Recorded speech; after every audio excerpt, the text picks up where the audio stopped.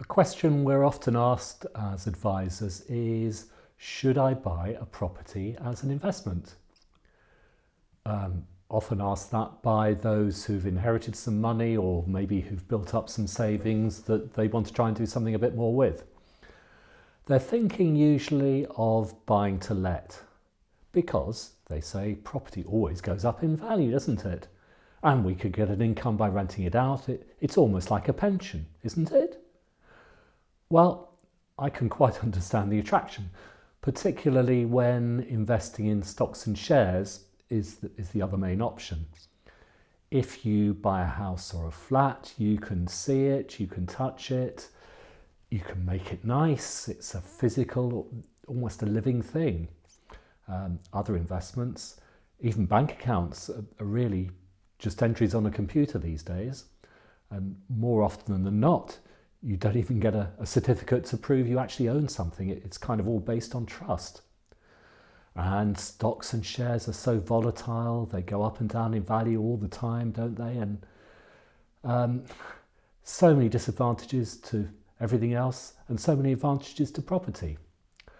Okay, well, let's have a proper look at a property as an investment. And the first thing you should do is to separate property as an investment from property as a home, the place you live, because they are very different things. You have to live somewhere, and unless you sell up altogether or downsize, which is never quite as easy as it sounds, you're never going to make money, as if you sell, you have to buy again, one way or another. So here's the other side of property as an investment. First thing to say is that it's illiquid.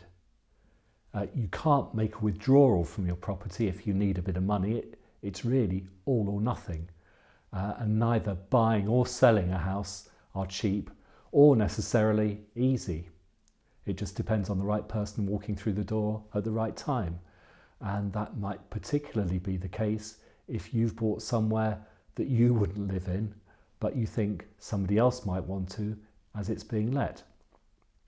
Now, you can get your hands on all or part of the money you've invested much more easily in other types of investment. For instance, stocks and shares, or of course, the bank.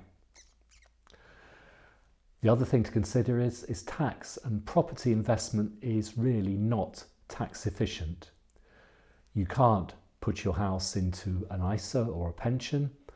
You pay extra stamp duty if you're buying a second property and more capital gains tax when you sell, if it's not your house, your main residence. The income that's generated is only as good as your tenant. Get a dodgy tenant who smashes the place up or doesn't pay, and you've got either building and or quite considerable legal costs. And if you have a gap of a few months without a tenant, then that's a few months without any income coming in. And what about the volatility, the ups and downs in prices, compared with, let's say, stocks and shares again? Well, I'd say if you had to have your house valued or the property you've invested in valued every day in the same way that other investments have to be priced daily, even hourly, I bet your house would go up in value just as much as the other investments.